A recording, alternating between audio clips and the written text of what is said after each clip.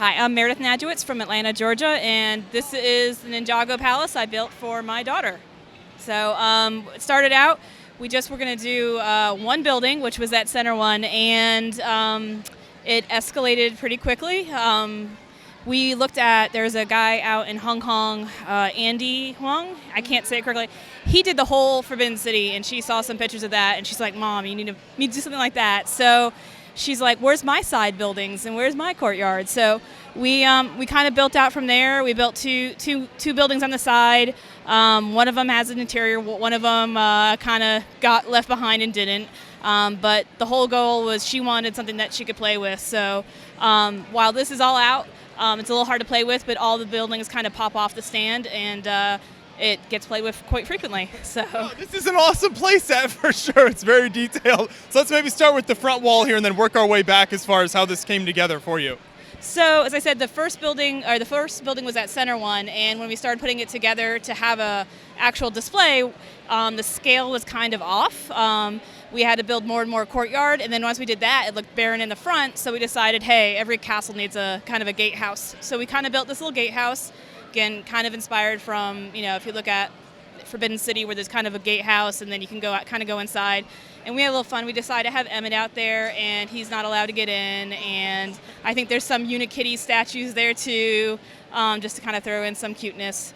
And then we decided, okay, we're going to have this courtyard, and we didn't really want it to be a gray blob. So my daughter was very helpful, and we found a lot of small little pieces and tried to do some different colors. And it's all modular, so the pieces are in the same size, but that way it's mixed up a lot easier when you connect them with little Technic pins. And then we decided, hey, it looks barren in here.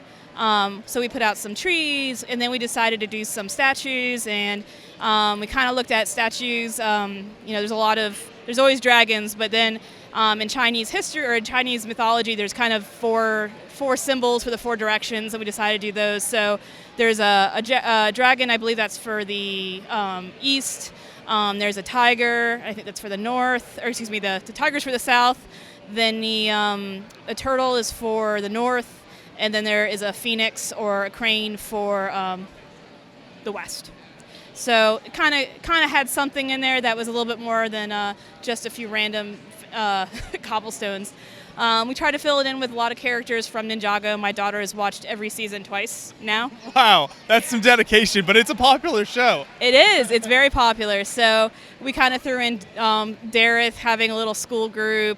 We threw in some of the other characters from some of the seasons just kind of hanging out.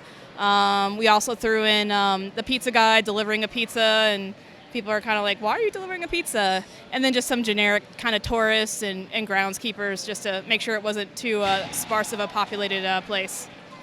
And I love the level of details on both the walls and the roof of your buildings here. So maybe talk about some of the pieces you used there and how you incorporated those. So the roof design was not mine. That was kind of, as I said, lifted from Andy Huang's his Forbidden City. So he uses a jumper plate with a 1x1 to kind of give that tiled roof texture.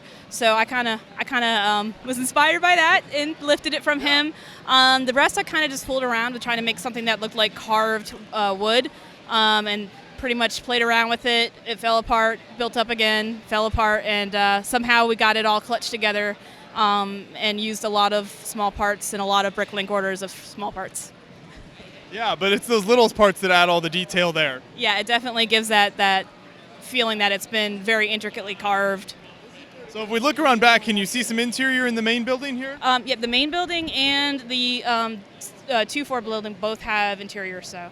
Okay, maybe we can, take a look inside there, and John can show this a bit, and you can explain what all... I can pop the top off first.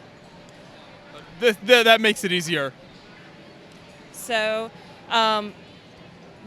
the bottom of the main building just kind of has like a throne room type scene, which was tried to be inspired by whatever season it was in Ninjago. A lot of small parts again. Tried to do almost kind of like a wallpaper border around the edge with some yellow, as well as the wall having a little bit kind of almost a wallpaper feel to it, just so that it wasn't red inside and dark. Try to put some of the other, she has a lot of Ninjago figurines, so we kind of try to put, like, I think there's Garmadon's helmet in there or something, just to, throw a little Easter egg in there for the parents that have watched the show now twice in a row. Ninjago is such a great theme for those accessories like armor, helmets, all that sort of thing. Yeah, and a lot of stickers. We actually bought a couple extra stickers from the Ninjago City set. There's a lot of cute prints and pretty prints actually. We just, you can get a sticker set for $1 off BrickLink, so it made it easy to kind of add those in for some extra decor.